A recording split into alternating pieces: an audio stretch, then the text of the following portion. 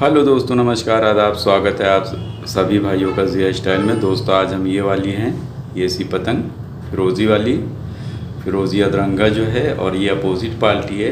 ये भी मान लिया कि इसी तरह की 150-200 गज़ की दूरी पे है जैसे। और इस तरह से जब पेच होती है, ये हम नीचे से चले गए और वो ऊपर से आ गया।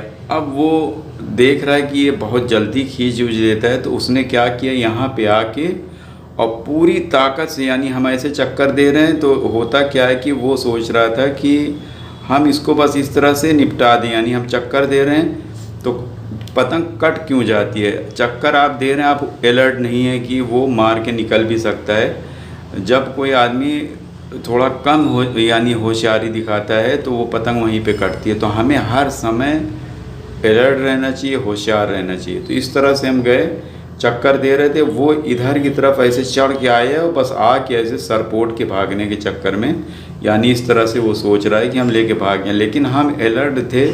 जैसे ही यहाँ से जब चलता है तो डोर उड़ जाती है, ठीक है। अगर वो इस तरह से खड़ा मार देता है तो हो सकता है कि हमारे में जल्दी डोरी आ जाती और हमारी कट भी सकती थी। चूँकि इस तरह गद्दा मारने में जल्दी आती है डोरी, जब आप ऐसे करते हैं तो आपकी डोरी इधर की तरफ, दाहिने की तरफ उड़ जाती है। और इतना आपको याद होना चाहिए कि अगर कोई ऐसे मार रहा है तो उसकी डोरी उड़ रही है, और जब खड़ा मार देगा, मान ली यहाँ पे चक्कर दे रहा है और यहीं पे खड़ा मार दिया उसने, तो मान ली यहाँ से 2 हाथ आया और ऐसे जब भी हुआ तो वो फिर डोरी भाग रही है आपकी, यानी पतंग के ऊपर जाके यहाँ पे लगेगी, यानी कि कम से कम 5 हाथ रख लो। तो हमें यहाँ पे चक्कर देते रहना है। जैसे ही कोई ऐसे आए, हमको सिर्फ इस तरह से खींचना है।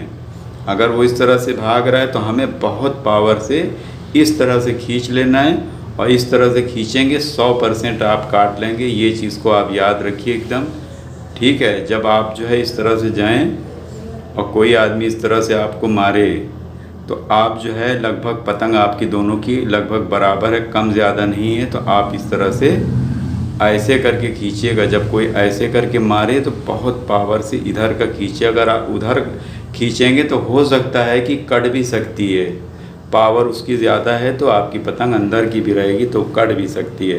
तो आप बाहर की तरफ खींचेंगे तो आप 100% काटेंगे। उम्मीद है कि आप सभी भाइयों को समझ में आता होगा और आप लोग ये सब पेच करते भी होंगे। ये उन लोगों के लिए वीडियो है दोस्तों जिनको नहीं आता और जिनको कुछ नहीं मालूम है।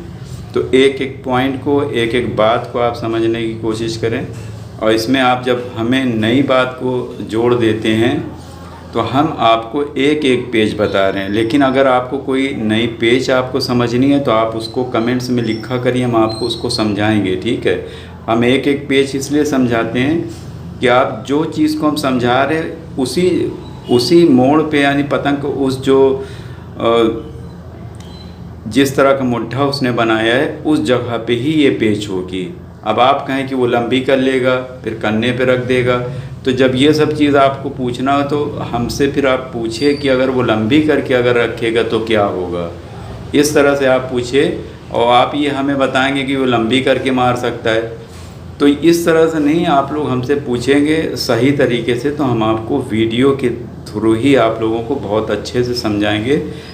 आपको फिर कोई पतंग काट नहीं सकता जल्दी, ठीक है। उम्मीद है आप सभी भाइयों के समझ में आ गया होगा। तो देखते रहिए, सीखते रहिए। जय स्टाइल, शुक्रिया, धन्यवाद, जय हिंद।